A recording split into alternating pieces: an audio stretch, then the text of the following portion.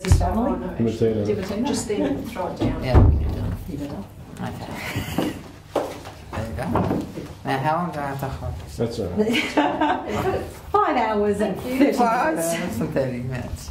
And just whenever Okay. you're We're done. rolling. Okay, so basically, my name's Dominic. I come from a family of, I've got 2 older brothers and 1 older sister. They're a very close-knit family, they are, and they've supported me so much.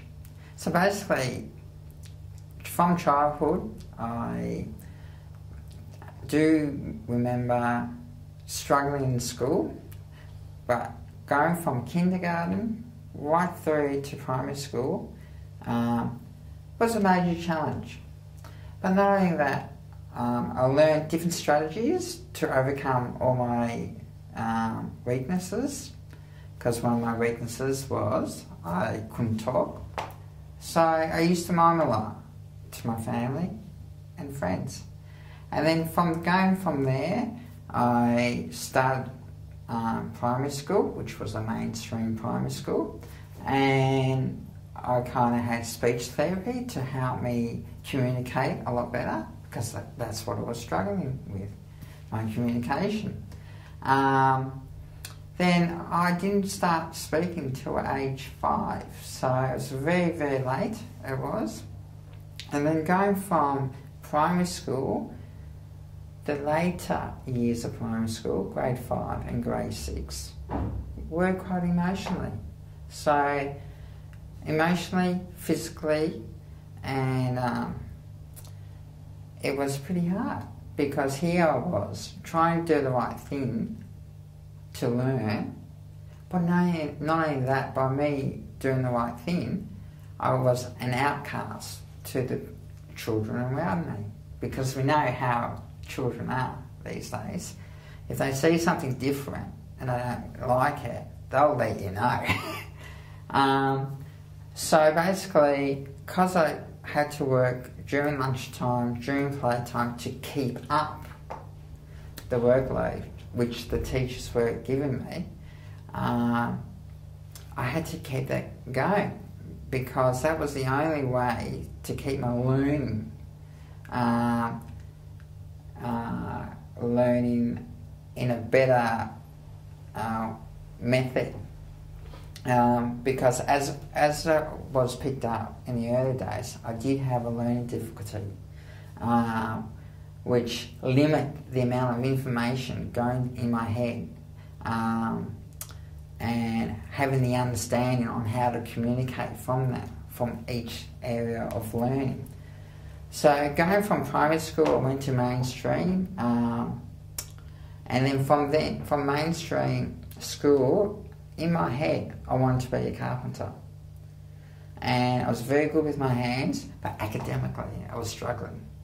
So I did up to year 10, knowing that I was academically limited, and I started TAFE. And then I started TAFE. The learning from TAFE was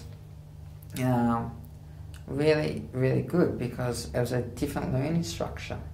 And I was really having fun, which means I was learning a lot easier, because my mind was learning a lot easier. But knowing that, I felt that I was worth something, because during primary school years and high school years, I wasn't to me, I wasn't worth much. But going through TAFE, I learned that, yes, I can be accountable and take action, which I did. It was hard to take action because I was surrounded with people that I didn't know. So I started my apprenticeship. I did 2 attempts in my apprenticeship. And the thing is, the first attempt, it was hard. Mentally, I couldn't cope. So I thought, physically wise, the actual physical of the work was all okay. It's mentally I was struggling, because the change of seeing me, the change of from one job site to the other. It was just too overloading. So I finished one apprenticeship and I thought, no, I'll change and do another. Same thing happened. So meanwhile, while I was in my apprenticeship, I had a casual job at my uncle's restaurant as a kitchen hand in the hospitality industry. And when I couldn't get the second apprenticeship working, I've come to realise to say, wow, carpentry is not for me. Now when I realised that I really did get down and depressed, and I did lose a bit of self-belief and confidence. But then I picked myself up to say, wow, there's another avenue. Why don't you start hospitality? It's something that you enjoy. And I started hospitality at age 17 at my uncle's restaurant. And I stayed there for 4 years, and by me learning different areas of the restaurant field gave me more confidence, made me more accountable, gave me more self-belief that yes, I can communicate with different personality types, with different people. And then I worked at my uncle's restaurant for 4 years. Then I changed and I worked at another pizza place in Melbourne University, and I really stepped up to the plate. And by me stepping up to the plate, I took more responsibilities on in this small little pizza cafe. So basically, I was the person who made all the pizzas per day. So I was there 6 days a week, working in Melbourne University. Then I worked 2 days a week at my uncle's restaurant. So it was roughly about 19, 20. So by age 19, 20, I was working 7 days a week, because I had in my mind at age 19 and 20 that I wanted to have my own business. And for me to do that, I had to sacrifice. I chose to sacrifice a lot of things in my life, which was I didn't go out much. I limited myself in other things, like I didn't go on too many holidays or anything like that, because I had a goal. I knew that I wanted to have my own business. Now, when I suggested that idea to my parents, they were really overwhelmed, because here they thought, since I had a learning difficulty, they were really worried that I couldn't cope with running a business, because there's so many procedures in running a business. And then their main question to me was, how are you going to cope? And my answer to that was, I'll get a business partner in, because I knew where my strengths are and I knew where my weaknesses are. So they could see that I thought about it. But the main concern was, where are you going to get the money from? And I said, listen, I'll work at it and I'll keep working at it. So I kind of did an investment strategy. I was about 20 and started putting money away. So basically, I worked at 2 jobs, like I said. Then I left the actual restaurant field and the cafe field and went into the hotel industry. And then going from the hotel industry, basically, again, I started from the bottom and worked myself up, because that's the best way for me to learn. Now, and then going through the hotel, I learnt so much about myself. It's so important on surrounding yourself with the like-minded people to bring you up. If you're not with like-minded people, you won't go to that next level. So I had good mentors throughout my hospitality career. But not only that, I learned. I was like a sponge, and I am to this day. I am a sponge willing to learn of other people's experiences, because that's what I really appreciate, and that's what I had at young adulthood. I kind of had one boss who I looked at as a mentor, and I followed him all the way through until I got to where my dream was. But not only that, I made sure I made myself accountable to my family, my friends, my work colleagues, friends, sport people that I knew. So the more people I made accountable for, the more people I had to answer to. Because when I was working at the hotel industry, they kept on asking me, "Oh yeah, how's your cafe going? Or how's your planning going?" I said, "It's going well. Thank you for asking. I've done this. I keep getting rejection, but I'm still at it." So I guess persistence is the key thing. It is because, okay, I got rejected time after time after time after time again. It was the same scenario when I was trying to get my first casual job as well. I got rejected time and time and time again until my uncle took me on. So I just kept on getting rejection after rejection, trying to find business.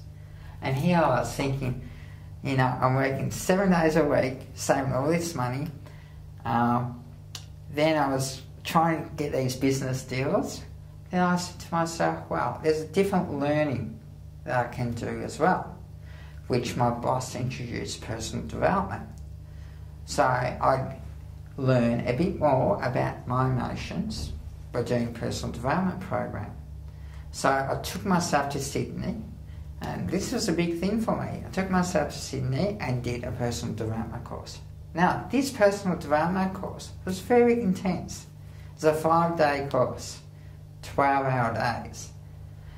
So here I am, all by myself, in a scenery that I've never been surrounded with.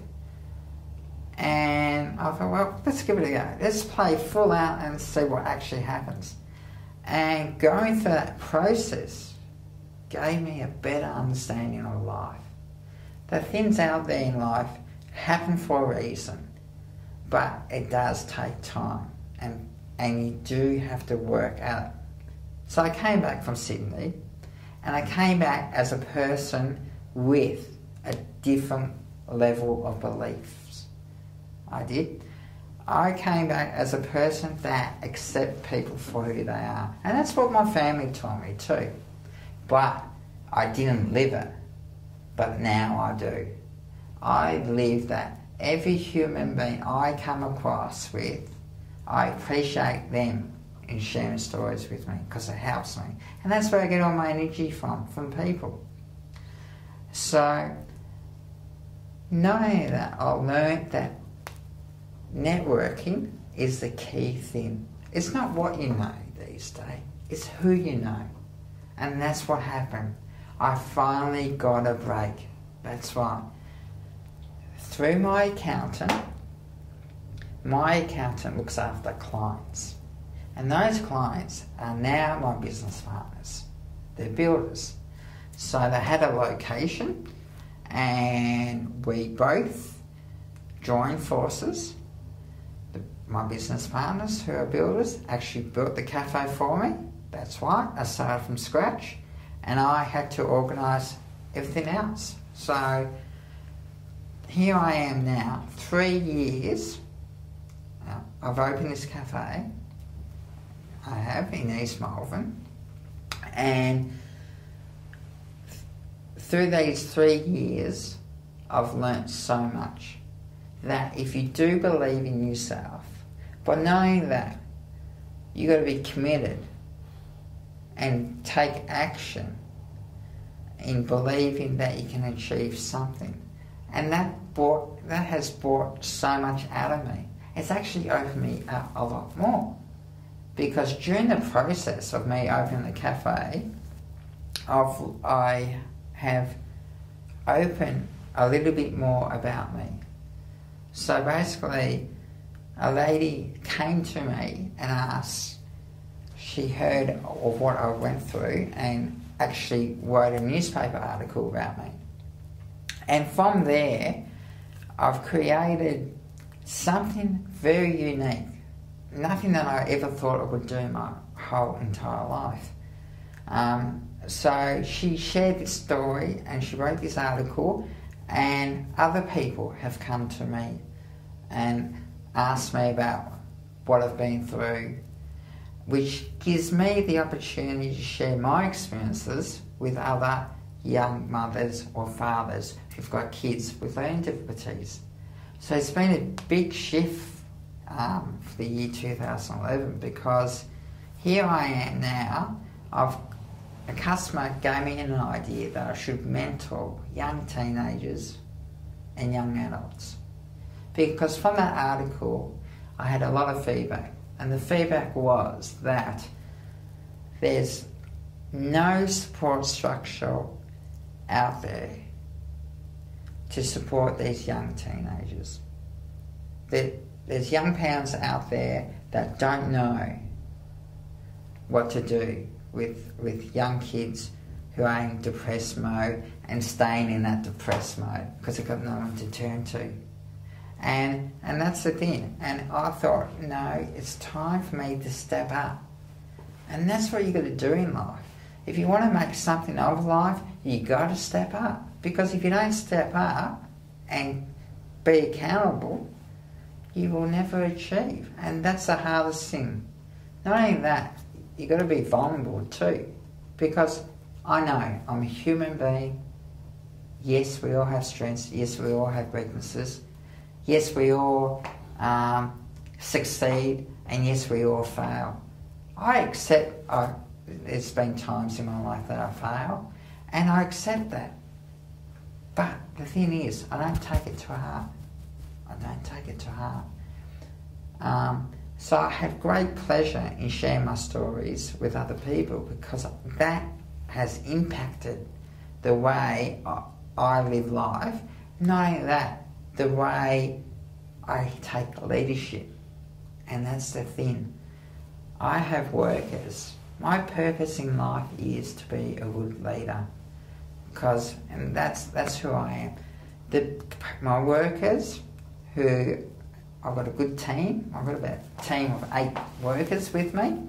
And that's what I teach them. I teach them leadership skills, because you can always take leadership skills to wherever you go. And I guess my new vision now is just to see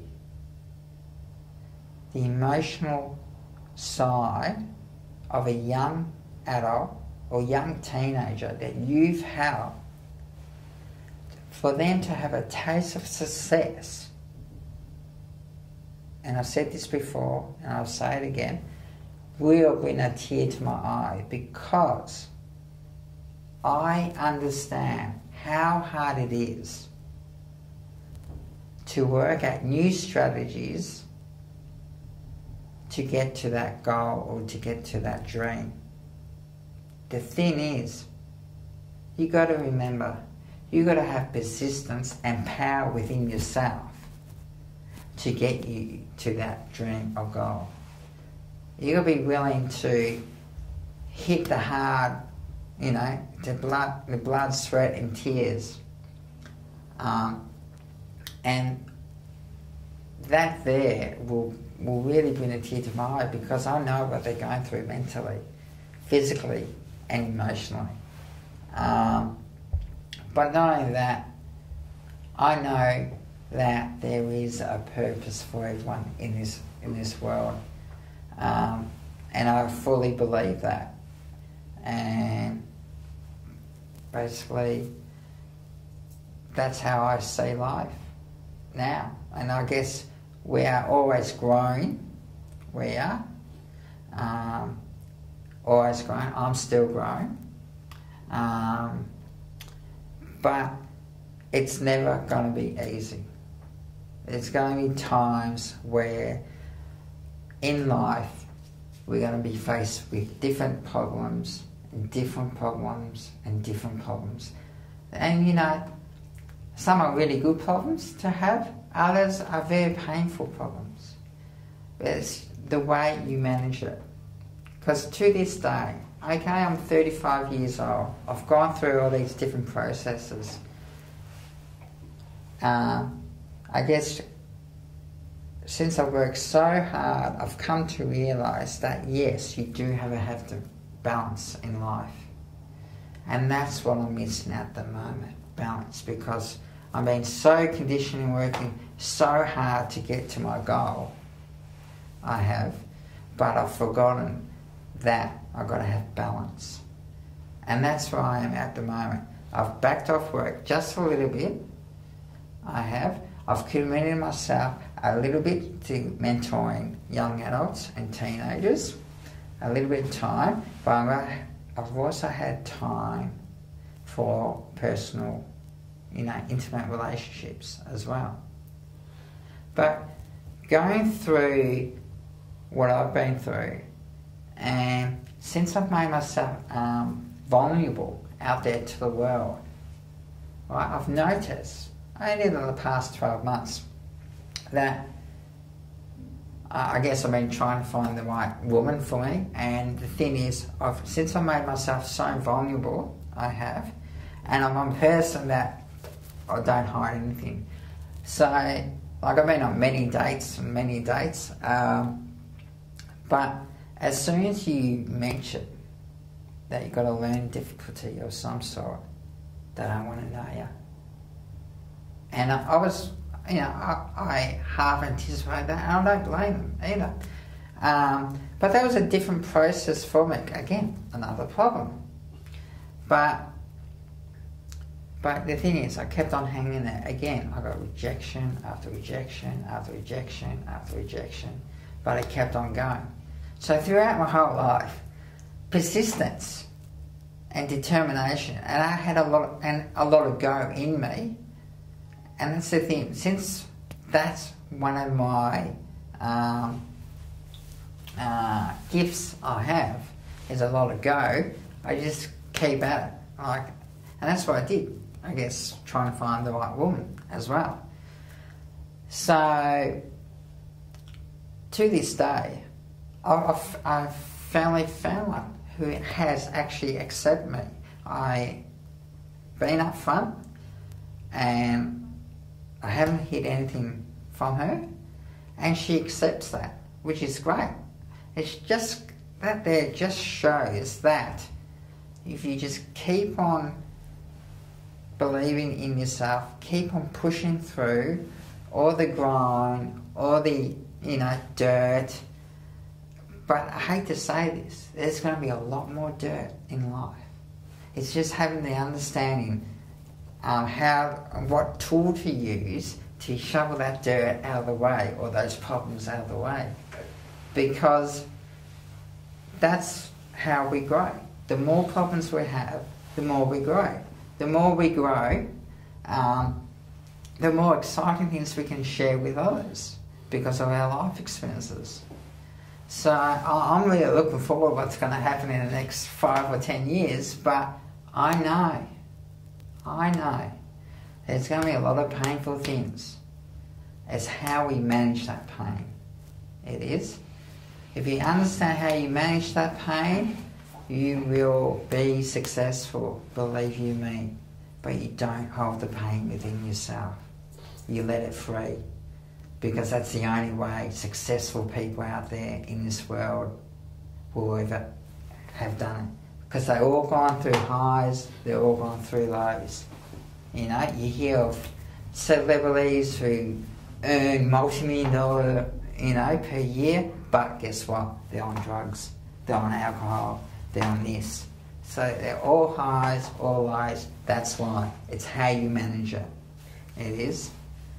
And that's what really excites me now, is how I will manage different circumstances.